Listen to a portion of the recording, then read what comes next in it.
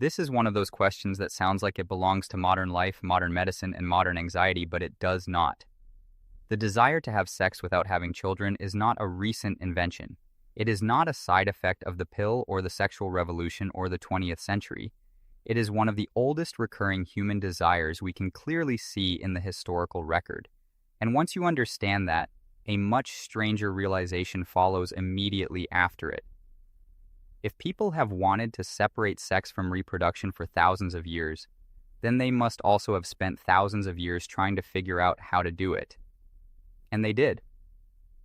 Not always successfully, not always safely, not always rationally, but they did. If you enjoy history when it becomes deeply practical, deeply human, and occasionally completely unhinged, subscribe now, because this is one of those subjects where the past stops feeling distant and starts feeling alarmingly familiar. Because ancient people were not indifferent to pregnancy.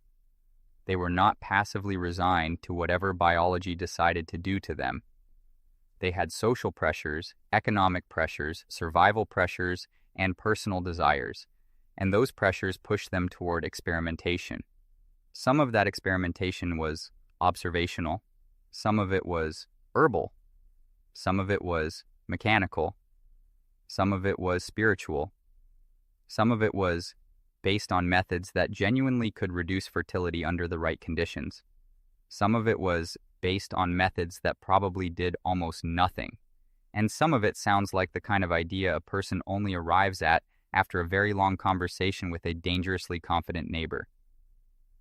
The short answer to the question is, yes, ancient people could sometimes prevent pregnancy, but the longer and much more interesting answer is that they could do it only inconsistently, partially, and with a degree of uncertain tie that modern people tend to underestimate. They had methods, they had traditions, they had accumulated knowledge. What they did not have was reliability in the modern sense. They lived in a world of probabilities, not guarantees. The oldest written evidence takes us to ancient Egypt, because it usually does when the subject is medicine getting weird earlier than expected. The Kahun gynecological papyrus, dating to roughly the early 2nd millennium BCE, is the oldest surviving gynecological text we have, and among the things it preserves are recipes intended to prevent conception. That alone matters.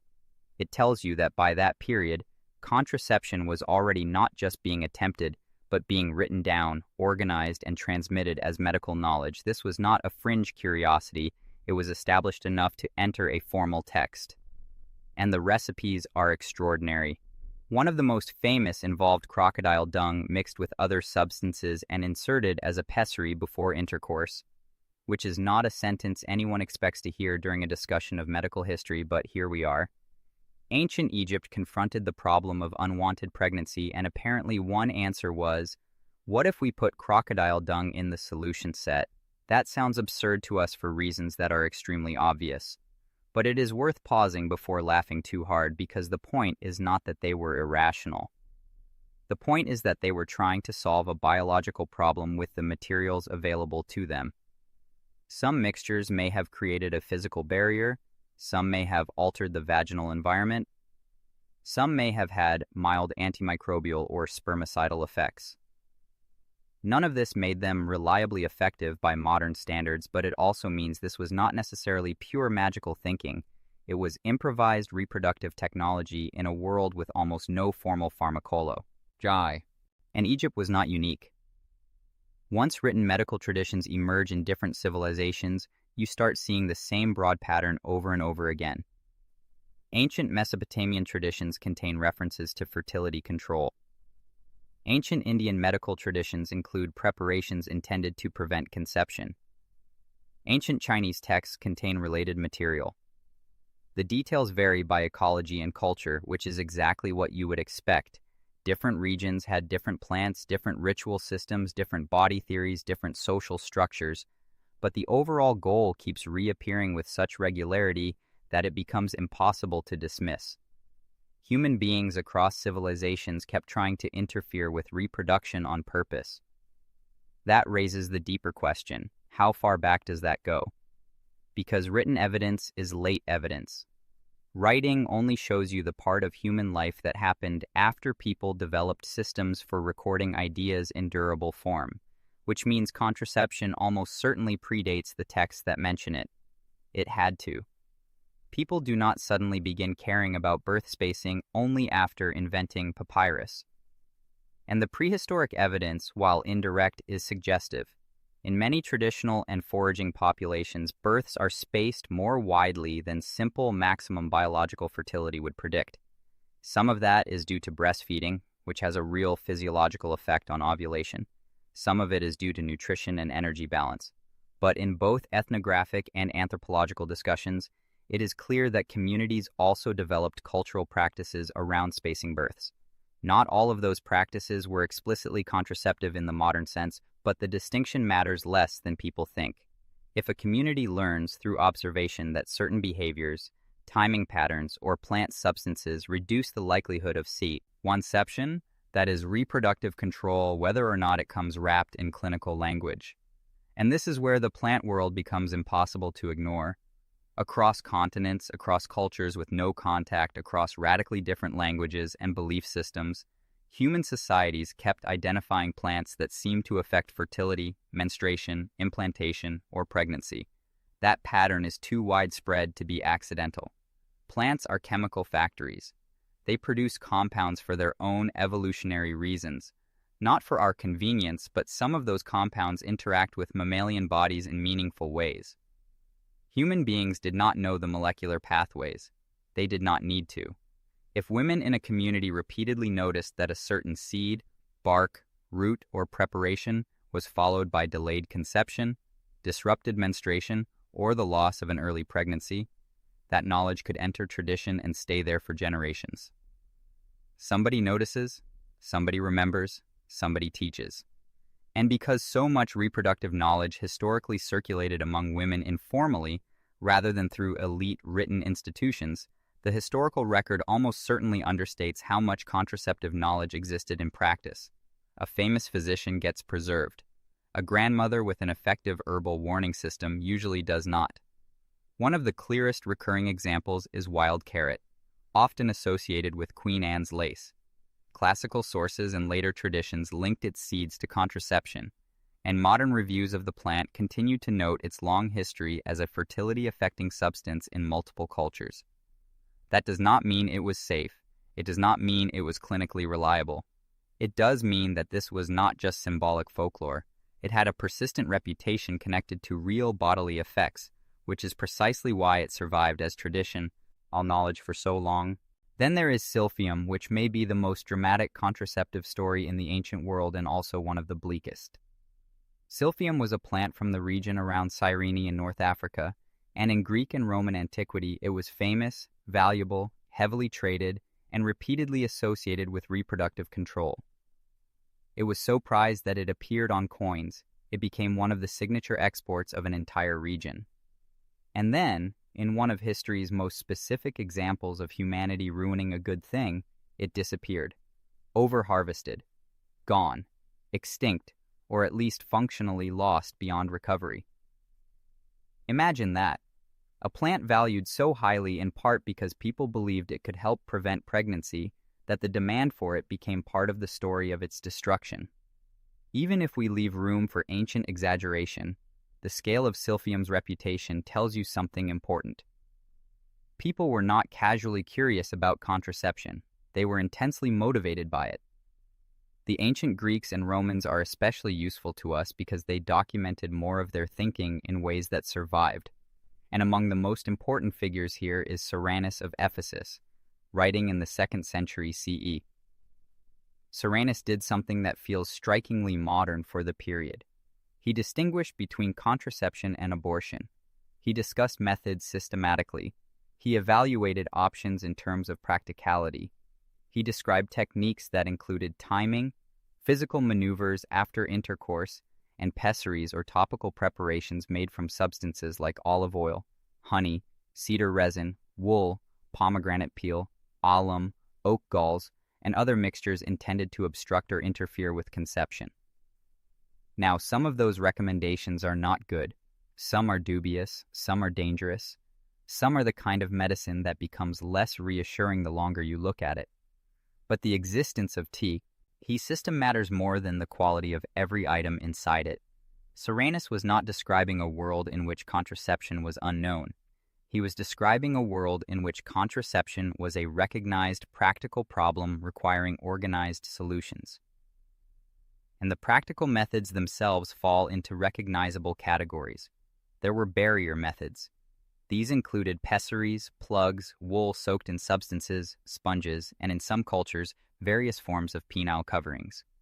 These were often crude by modern standards, but the underlying logic is perfectly intelligible. If conception requires sperm to reach the uterus, then a person might try to block, absorb, trap, or chemically disable sperm before that happens. This is not mystical thinking. It is engineering with very bad materials. There were behavioral methods.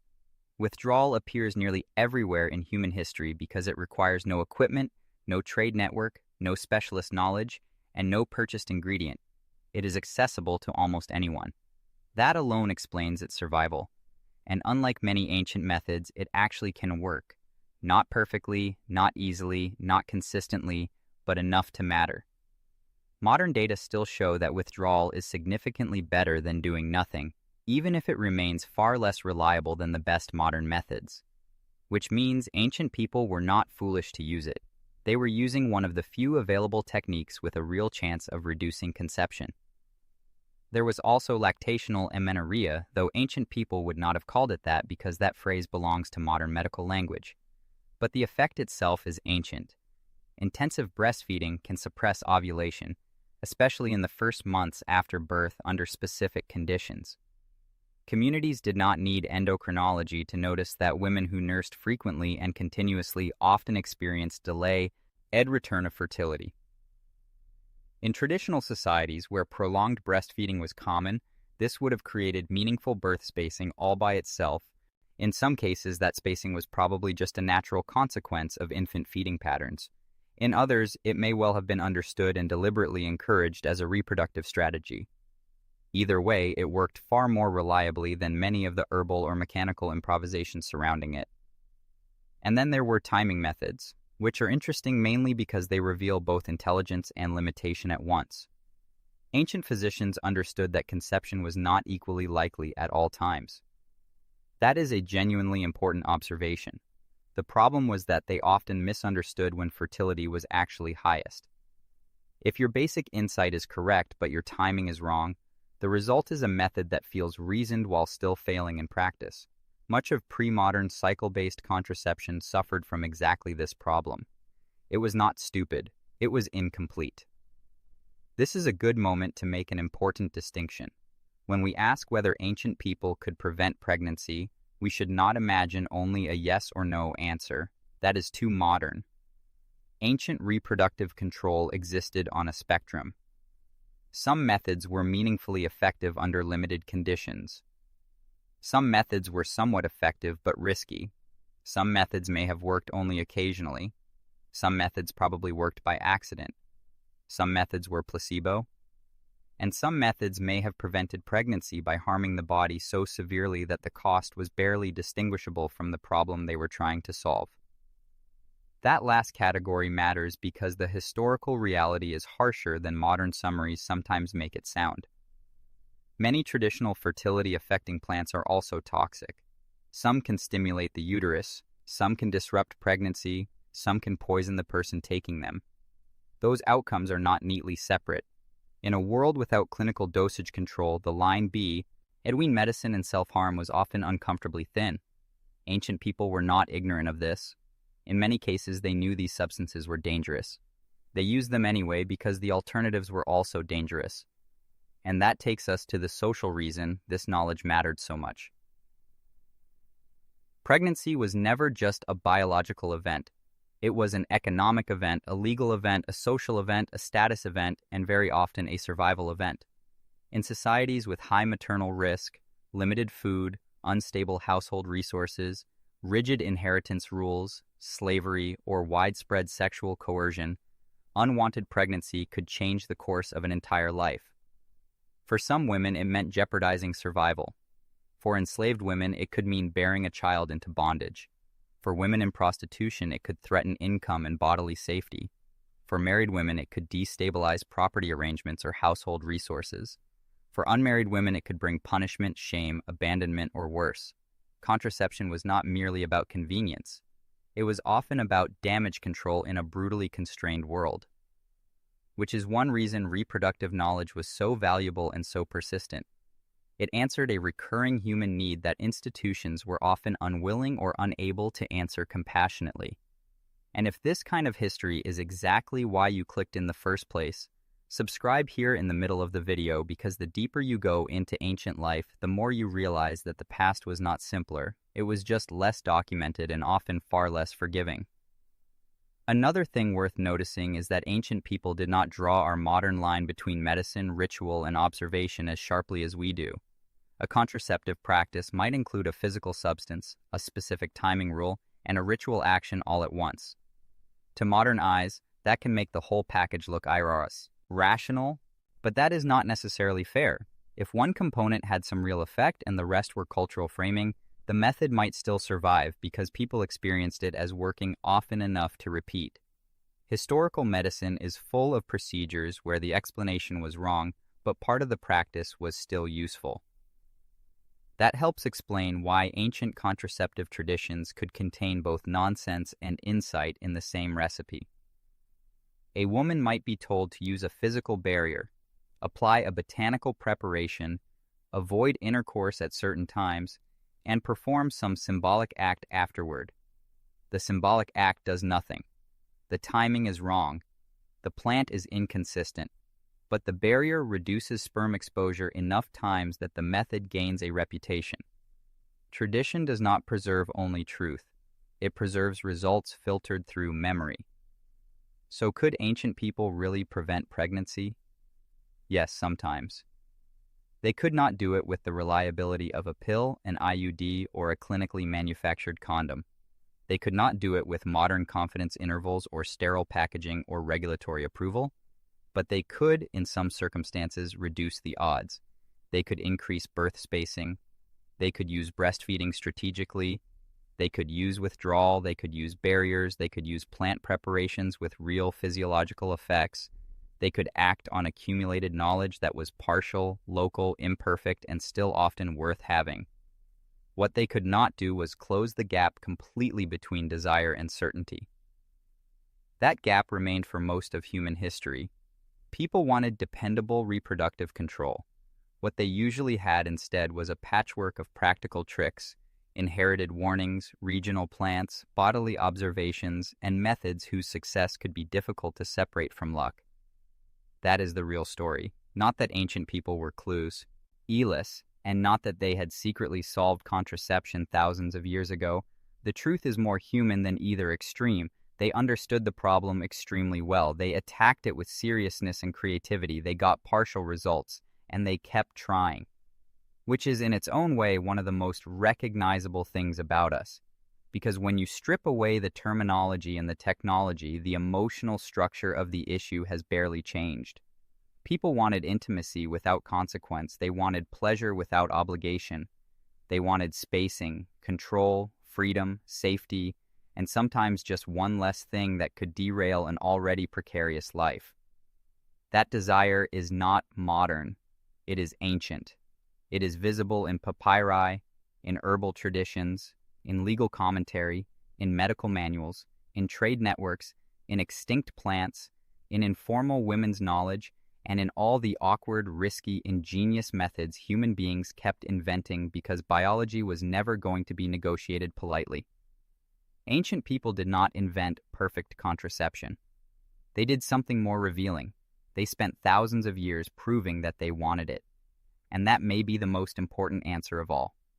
So the next time someone talks about birth control as if it were a modern obsession, remember the women of ancient Egypt experimenting with pessaries, the physicians of Greece and Rome compiling methods, the communities passing plant knowledge hand to hand, the mothers noticing how breastfeeding changed fertility, and the countless unnamed people across centuries trying to bend reproduction, even slightly, toward choice. The tools changed, the chemistry changed, The reliability changed. The desire did not. And if you want more videos where ancient history turns out to be far more intimate, strange, and recognizable than it has any right to be, subscribe, because the past is full of problems that sound modern only until you look closely enough to realize they never were.